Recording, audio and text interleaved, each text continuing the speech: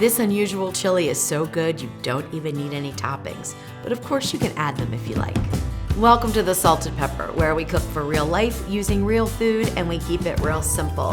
And today's chili recipe is so easy, and the thing that I love the most about it is there's such little prep for it. I mean, you do have to measure out some ingredients and things, but as far as chopping, dicing, slicing, the only thing you need to do is slice up a jalapeno pepper, and that is only if you want to use it, okay? So it is so easy. I'm gonna use the slow cooker, and this is the Ninja Possible Cooker Pro, and I'm gonna use the slow cook function on high today for this chili recipe. But I have tested it on low, and I know that it works just fine. It takes about 8 hours on low, but we're gonna speed things up. Now, when you're making chili, you don't need a special appliance. You can use a large pot on the stove, and that's gonna work exactly the same way. You could use your Ninja Foodie on slow cook or sear saute.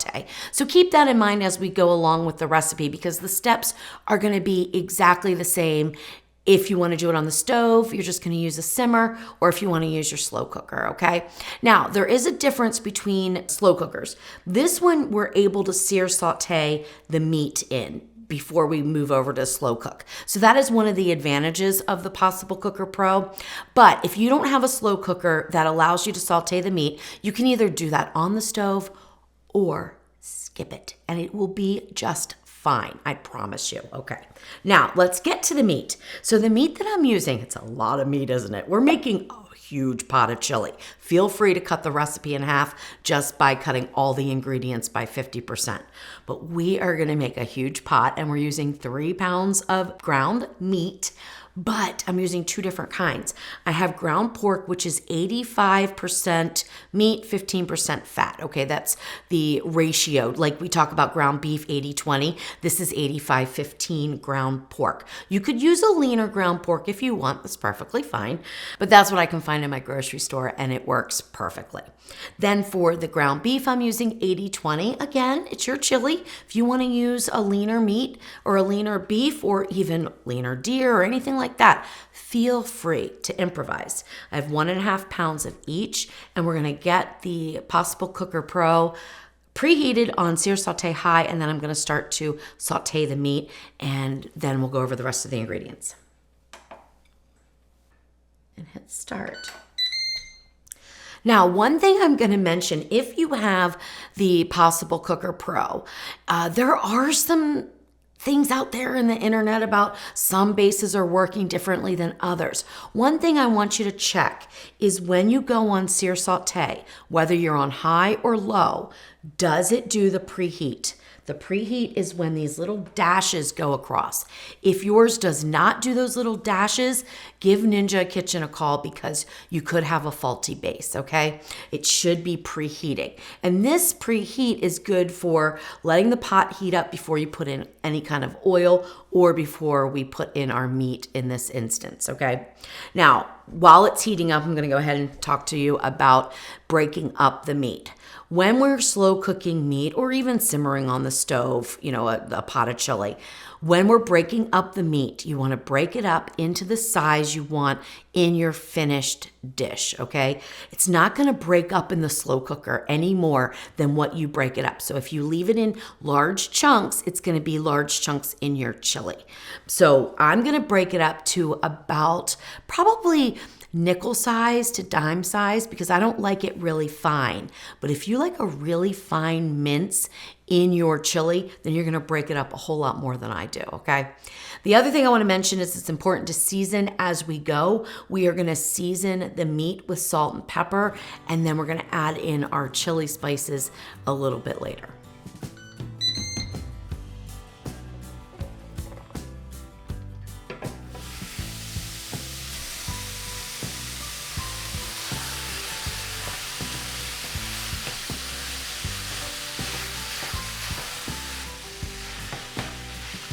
Once it says to add food, we're gonna add in all the meat at once. No need for any oil or anything like that. There's plenty of fat in the meat. Then we're gonna season it with salt and pepper. I'm using 2 teaspoons of black pepper, 2 teaspoons of fine grind sea salt, or you can use a kosher salt, okay? It's important that we layer seasonings. This is gonna season the meat really well. so that every bite of your chili has delicious flavor. Now, the reason why I'm not adding in all the chili spices, and look at those, I mean, there's a lot of them, is because I have heard, although I have not tested this theory out, I have heard that if you saute with paprika, it can take on a little bit of a bitter flavor. Since there's paprika in our spice blend, I'm just gonna add it after I sear and saute the meat and add in some of the beef broth. So now just keep breaking it up until the meat is the size that you want in your chili, and you wanna get it about, I don't know, 50 to 60% cooked through. That is just going to bring flavor to the outside of the meat and keep your pieces in the size that you broke them up into. So you have, chunks in your chili, which I like. Again, if you like a real fine meat in your chili, just break it up even more.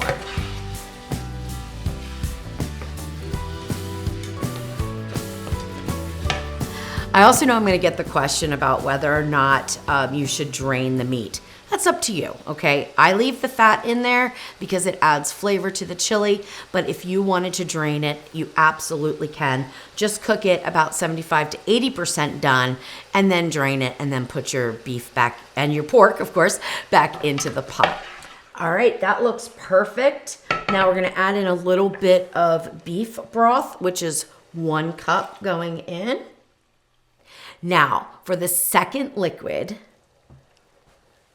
how about apple beer? This works so well in this chili. I really hope you can find it and you use it. However, if you don't want to use any alcohol in your chili, use apple juice instead. You want 12 ounces of it.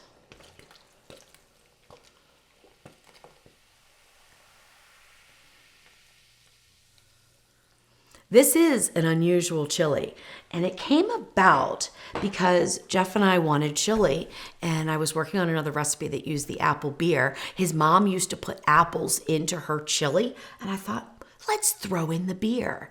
And then I added one other ingredient, which I'm gonna get to a little bit later in the video, that just pulled this entire chili together. And it is unusual, but it is so delicious. It's the type of chili that you can eat day after day after day. Now, for the tomatoes that I'm using in this chili, I'm using 2 28-ounce cans of crushed tomatoes. Can you use tomato sauce? Yes. Could you use diced tomatoes? Yes. Whole tomatoes? Yes. You can use whatever kind of tomatoes you want. However, I find that these really add a nice flavor. They do not have as much acidity, in my opinion, as tomato sauce. I prefer to use the crushed tomatoes. I'm just gonna dump those in.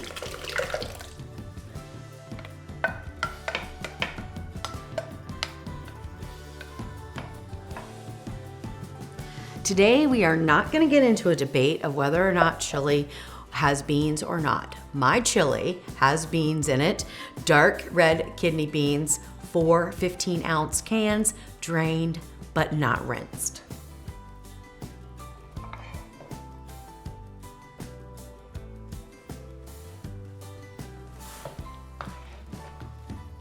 Give that a nice stir. We're gonna add in our spices and our jalapeno pepper.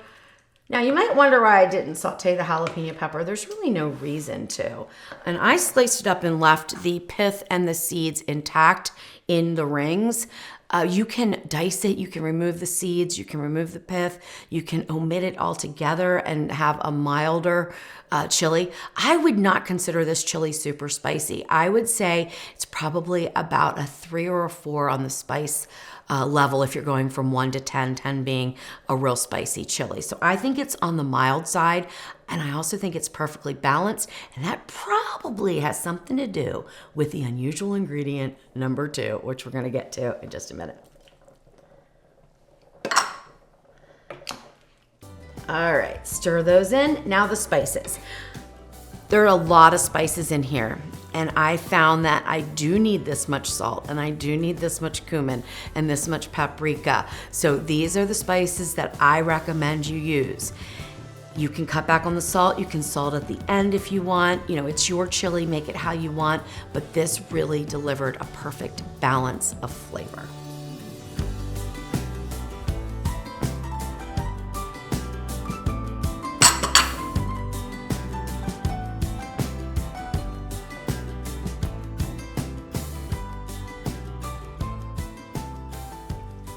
Now, for the final unusual ingredient in this chili is dark chocolate.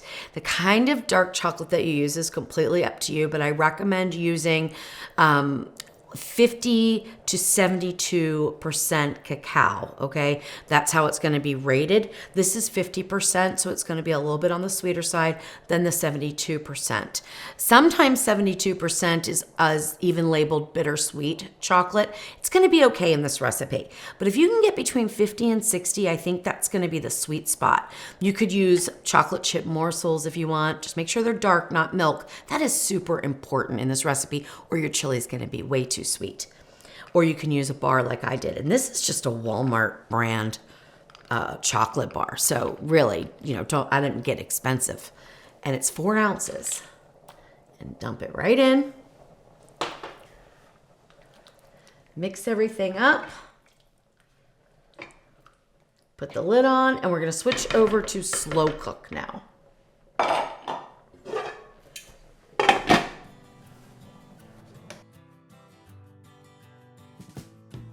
All right, once you hit start stop, it's gonna default back to slow cook. You can do low for 8 hours or high for 4 hours.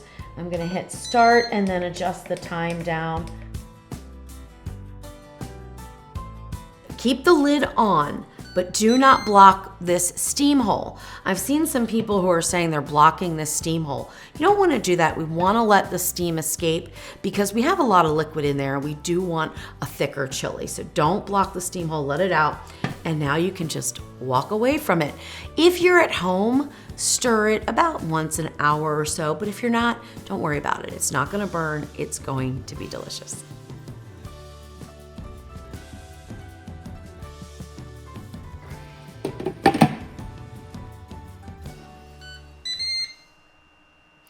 All right, there we go. Our 4 hours of high slow cook is done. And I'm gonna open this real quick because it just cycled back on right before it switched over to keep warm. And I wanted you to see how much it's really bubbling in there. So if you have this same slow cooker, you can get an idea.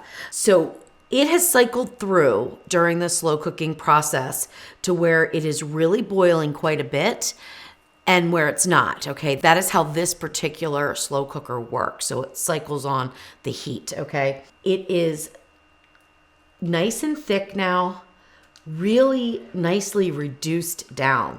We probably lost about an inch or so of liquid.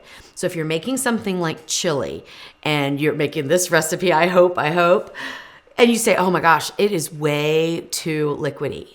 Give it a chance. It's going to reduce down. Now, if you have a different style of slow cooker, you may need to cook it a little bit longer or reduce your liquid amounts just a tad, okay? All right, but this is looking great. Now we can leave it right on keep warm if you're gonna serve it, to guests and everything. Just leave it right on the keep warm. But I'm gonna dish some out here. Look how rich and dark. This chili is just simply amazing. This chili is so good. You don't need any toppings, but you can definitely put on shredded cheese. You can put sour cream in it. You can put green onions on it. I mean, there's tons of things you can do to it. One thing I'm gonna advise you not to do is add any type of hot sauce. If you do add hot sauce, add it to a small amount. My husband tried it with his favorite Cholula and the flavors did not pair, okay? So make sure you taste it before you just start adding on a whole bunch of Cholula or any kind of hot sauce, because certain flavors are gonna pair with this nicely and certain ones aren't, okay? But shredded cheddar does, and Fritos do, and cornbread goes amazing with it. This happens to be an apple beer cornbread, so it goes perfectly with this chili, and I'm gonna get this recipe out real soon for you guys. All right, let's let this cool down a bit. While I let it cool down, I'm gonna tell you something that I made with this the other night because it was so amazing. I took the chili and I put it into a baking dish. Then I put some cornbread that I had left over from a test batch and kind of crumpled that on top. And then I added some Fritos and then some shredded cheese, threw it into the oven and baked it until the cheese was nice and bubbly. And it was the best Frito pie or chili bake or whatever you want to call it. It was so good with the added addition of the cornbread. Oh my gosh, it was amazing. Jeff and I just loved it. All right, let's give it a taste. Big piece of meat there and a couple of beans and this rich, rich sauce of the chili.